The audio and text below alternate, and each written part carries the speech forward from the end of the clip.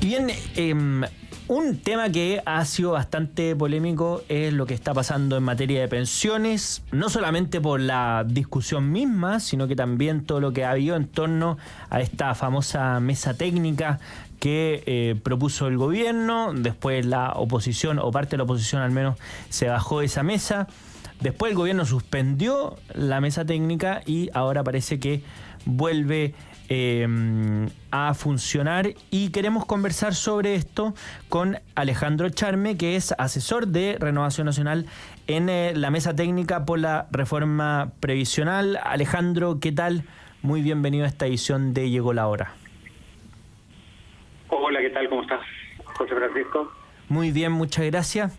Cuéntanos un poco, para entender en qué momento estamos, en qué está la discusión previsional, avanza o no. Lo primero también que llama la atención que se convoque a una mesa técnica tanto tiempo después, ¿o no? O sea, primero, digamos que la mesa técnica en la que yo participé en representación de Renovación Nacional, esa terminó esta semana, o sea, ya concluyó.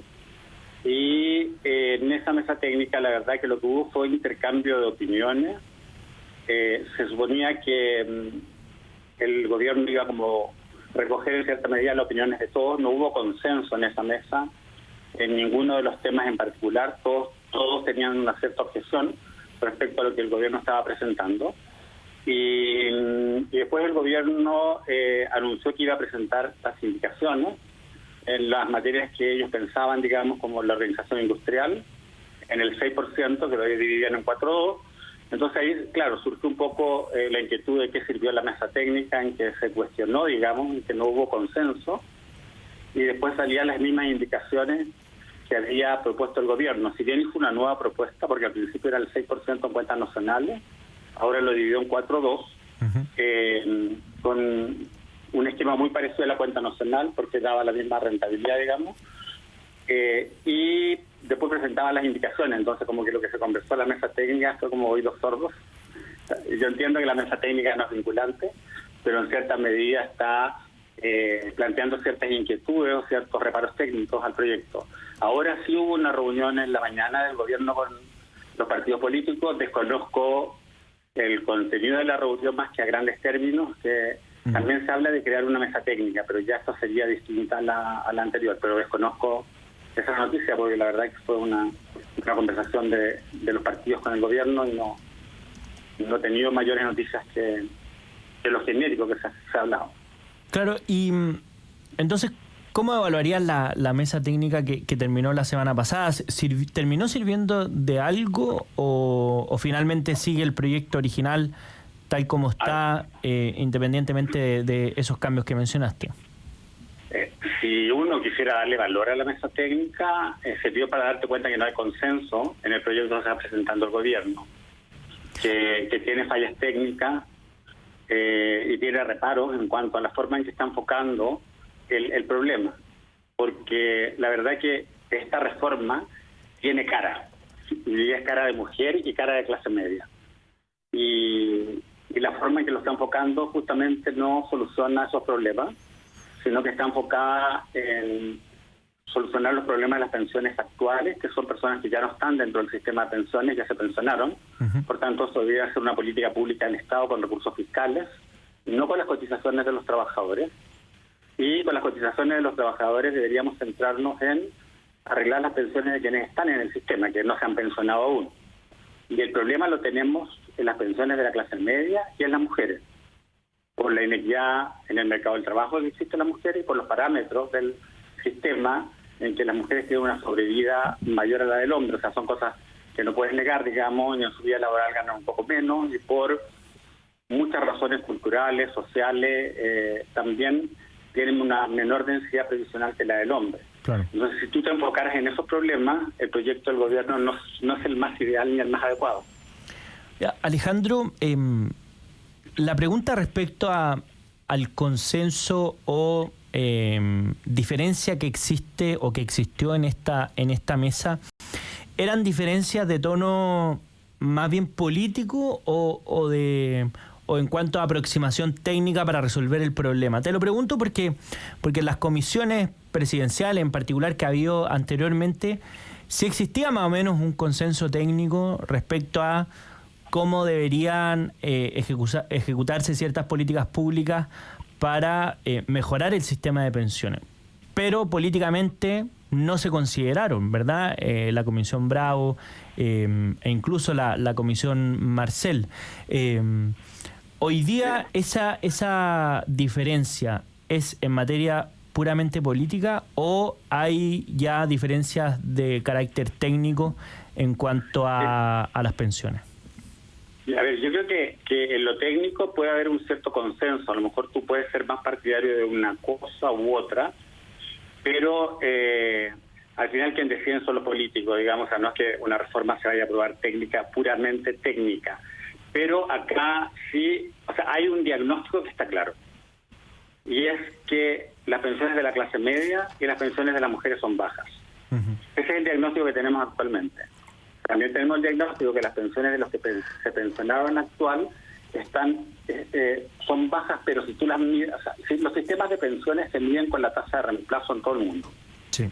Si tú ves la tasa de reemplazo de los pensionados actuales y ves la tasa de reemplazo de las personas con ingresos más bajos, en el último caso tienes tasas de reemplazo que incluso superan el 100% con la pensión garantizada universal, con la PGU. O sea, para entender bien eso, Alejandro, es decir, personas que formalmente no tenían ingresos en la última etapa de su trabajo o que sus ingresos eran menores a los que va a recibir finalmente con las pensiones a propósito de la PGU. Sí, para que la gente entienda, la tasa de reemplazo es qué porcentaje representa mi pensión de mis ingresos, de mi último ingreso o de mis últimos ingresos los últimos 10 años. Entonces tú tienes que el promedio de la OCDE, que nosotros pertenecemos a la OCDE, es 62% de sistemas que nosotros alabamos y todo. Tenemos que esos porcentajes de tasa de reemplazo lo tienen los pensionados actuales, incluso ellos hicieron retiros previsionales. Y también lo tienen las personas de ingresos más bajos. Las personas de ingresos más bajos, como los ingresos son muy bajos en Chile, hay que reconocerlo, ellos tienen tasas de reemplazo mayores, incluso algunos tienen tasas de reemplazo, los que ganan menos de 410.000 pesos, van a tener tasas de reemplazo superiores al 100%. Entonces, no hay que discutir, podemos discutir si esa es una suma apropiada o no, pero como sistema de pensiones es óptimo. O sea, tendrían que concurrir otros sistemas de la seguridad social a ayudarlo. El sistema de vivienda, el sistema de transporte, el sistema de salud, el sistema de cuidado, son otros los sistemas que tienen que concurrir a ayudar a esas personas, porque en lo que se refiere a pensiones cumplió su objetivo. Pero la clase media tiene tasas de reemplazo de 48% los hombres y de 30 y tantos % las mujeres. Entonces, ¿cómo vas a hacer un sistema en que estás planteando una solidaridad que llaman ellos una redistribución de las cotizaciones, cuando el que tiene que redistribuir y renunciar a sus cotizaciones es la clase media para darse a las personas de ingresos más bajos que ya tienen una tasa óptima? Entonces van a tener una pensión con una tasa de reemplazo igualmente baja, cuando es a ellos a quienes yo quiero mejorar. O sea, si tú te das cuenta, sí, la solidaridad, si la haces contributiva, el sistema tiene un tope imponible, que son un poquito menos de 3 millones. Claro. La clase media cotiza el 10% de su sueldo al sistema y tiene que solidarizar con eso. Las clases de ingresos altos cotizan menos del 10% porque son mucho más altos y tienen el tope imponible. Una persona que gana 8 millones o 10 millones no cotiza menos del 10% porque le ponen el tope de 3 millones. Entonces, más encima lo obligas a solidarizar en lo contributivo y esa clase media también paga impuestos. Entonces yo creo que la redistribución mejor que podríamos tener es con impuestos generales. Bueno, y en la propuesta de Renovación Nacional sí se habló con una solidaridad o redistribución intrageneracional para ayudar a las mujeres, porque eso es un caso que es patente. O sea, las mujeres tienen pensiones más bajas porque sobreviven más y por sus ingresos son más bajos y su densidad previsional es más baja que la del hombre, porque cotizan menos del 50% de su vida laboral. Oye, Alejandro, y bueno, entonces, como resumen y a ver si entendí bien, entonces, en nuestro sistema de pensiones, gracias a, entre otras cosas, la pensión garantizada universal, el problema, al menos en el papel, de pensiones bajas o bajas en comparación al sueldo declarado que tenían estas personas durante sus últimos 10 años de vida laboral, estaría resuelto, y falta resolver el grueso también de quienes reciben pensiones, que son aquellas de los trabajadores de clase media, donde ahí sí hay déficit en comparación, por ejemplo, a la OECD en las tasas de reemplazo. Justamente, y de las mujeres. Y de las mujeres. ¿Entendiste? Entendiste, porque la pensión garantizada universal representa más o menos 3,5 puntos porcentuales más de cotización. O sea, como que los chilenos hubiesen cotizado, en vez de 10%, hubiesen cotizado 13,5%. En eso le subió la pensión. Oye, por eso que tiene un salto tan grande la tasa de reemplazo, lo que es bueno, digamos, porque estamos haciendo solidaridad con los ingresos generales de la nación, que son mucho más es mucho más justo que hacer solidaridad solo con las cotizaciones de los trabajadores dependientes. Claro. Porque esta reforma del 6% solo para los trabajadores dependientes, en un mundo en que la gente joven quiere ser emprendedora, o sea, esa gente no va a cotizar, pero sí va a tener que el trabajador dependiente pagar el complemento de maternidad, el complemento de cuidado. Entonces está como que le falta un poquito fuerte, a lo mejor un poquito sentido común a la forma en que estás estructurando la reforma para tratar de mejorar lo que efectivamente tienes que mejorar.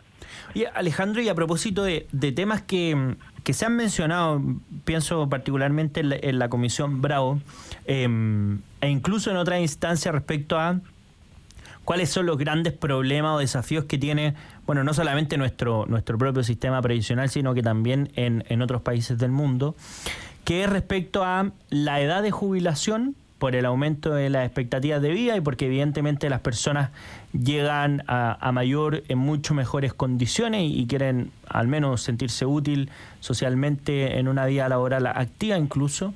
Y por otro lado, esta diferencia que existe entre la edad de jubilación de las mujeres y de los hombres. ¿Eso se ha discutido en la propuesta del gobierno? ¿Va a cambiar eso? ¿Cómo lo ves? Se ha discutido en la mesa. La verdad es que, para que los auditores entiendan, los sistemas de reparto, que son los sistemas antiguos, en que antiguamente que ya no existe reparto puro en ningún país, se están quedando, digamos, un poquitito más atrás, era que los trabajadores activos contribuían para pagar las pensiones de los pensionados.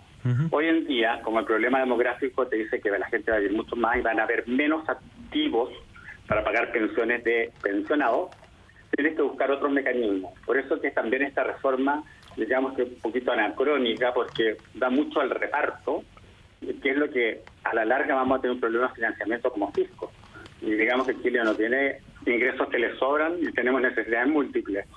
Y lo otro es que con respecto a la edad de la mujer, yo creo que lo lógico sería parametrizar en la ley esas edades o parámetros, no solo la edad, sino la tasa de cotización y todo, porque ningún gobierno va a querer, o ningún gobierno ha querido, digamos, porque políticamente subir la edad de pensión de la mujer sabiendo que se tiene que subir, porque es una medida que le va a traer menos votos, digamos.